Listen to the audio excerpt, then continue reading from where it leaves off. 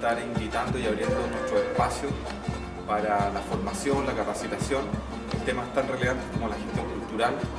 y otros aspectos que ponen en valor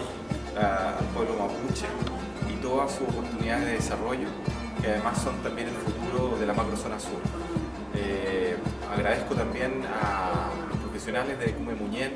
también agradezco a Huelquen TV, que siempre ha sido grande amigo de nuestra universidad,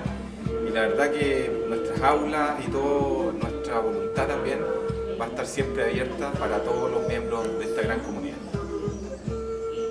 Bueno, por mi parte, desde la Escuela de Ingeniería Comercial ha sido un orgullo tener esta primera versión de este programa de vinculación con el medio, donde hemos conectado al mundo de los negocios, de la ingeniería comercial que nosotros tenemos, con una realidad local, con la enorme riqueza, como decía Gonzalo, del pueblo mapuche, y de ver ahí puentes que nos permitan construir un desarrollo sustentable, un desarrollo respetuoso del medio ambiente y un emprendimiento sano, justo, tomando también muchos de los valores que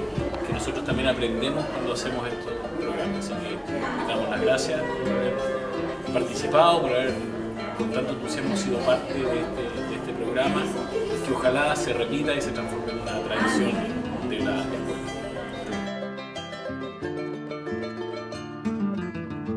Pasa porque estamos acá en una exposición que se enmarca dentro del Festival de Cine Filcualmapu de Pueblo Originario,